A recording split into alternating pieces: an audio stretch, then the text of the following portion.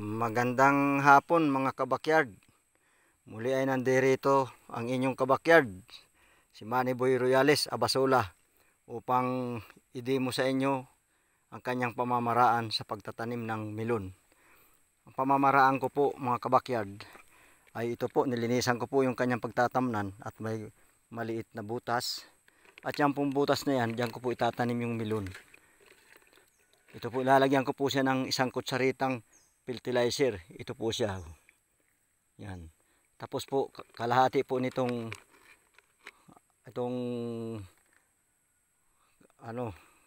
puradan upang hindi siya kainin ang puno ng watermelon. Ayan po siya. Ito po mga kabakyard. Bago po tatabunan ko po siya ng lupa mga kabakyard. Ito po. Yan. Tapos po, lalagyan ko po siya ng 3 pirasong buto. Kasi kung hindi man po tumubo yung isa, may 2 pa po siyang tutubo. At kung hindi po tumubo, ito po siya. 3 piraso po siya. Sama-sama po siya dyan. Ito po kabakyard. Yan. Tatabunan po natin ng lupa na yung tama lang. Kasi hindi po siya lalabas kapag tinabunan po natin ng husto. Tapos po, tapakan po natin ng ito. Yan. Para masiksik po ang kanyang lupa. Kasi nga po pala mga kabakyard, bago po natin ituloy ang content, huwag po natin kalilimutang i-subscribe ang munti kong YouTube channel. At kung nagustuhan po ninyo ang panonood ng aking video, sana po i-like po ninyo at pakishare na lang po.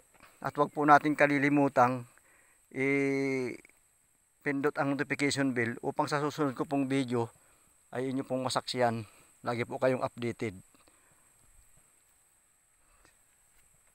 Kasi nga po pala, shout out po sa mga subscriber ko po. At yung mga hindi pa po nagsusubscribe, shout out din po. Mga OFW. Dati rin po akong OFW. Ngayon po, focus po ako sa pagtatanim. Dahil retired na po ako. Shout out po sa inyo. Salamat po sa panonood ninyo po ng aking video.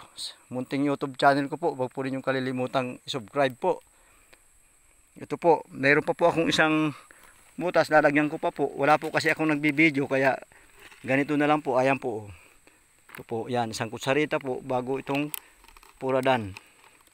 Ito po siya, yan. Ito po, bago lalagyan ko po siya ng lupa, bago po lalagay ko ulit ng buto. Ito po, 3 buto po siya ulit. Tatlo po kasi minsan may hindi po natubo, sayang yung panahon pag-antay. Ayan po. Sana nga tumubo siya lahat. Okay lang po, kaya naman po yan ng ganyan. Ang pagitan nga po pala nitong tanim ko ay 1 meter po. Itong pagitan lang po, dahil hindi naman po ito masyadong nalabong. Pinuputol ko po ito pag nagbunga na. 2 meters po ang distance. Yan lamang po mga kabakyard. At ito po ang inyong kabakyard. Kasi nga po pala, siguro nagtataka po kayo kung bakit mayroon pa pong mga dumi. Hindi ko na po talaga tinanggal yan. Dahil po yan ay pag nabulok, fertilizer po yan. Hindi man na po yan tutubo. At saka hindi ko na po linagyan ng plastic mat. Kasi po, tulad po nito, 1 linggo na pong umuulan dito. Ay wala man pong nai-stack na tubig. Kaya maganda po ang melon dito. Dahil wala pong stack na tubig. Yan lamang po at bye-bye. Ito po ang inyong kabakyard. Manny Boy Royales po, Abasola.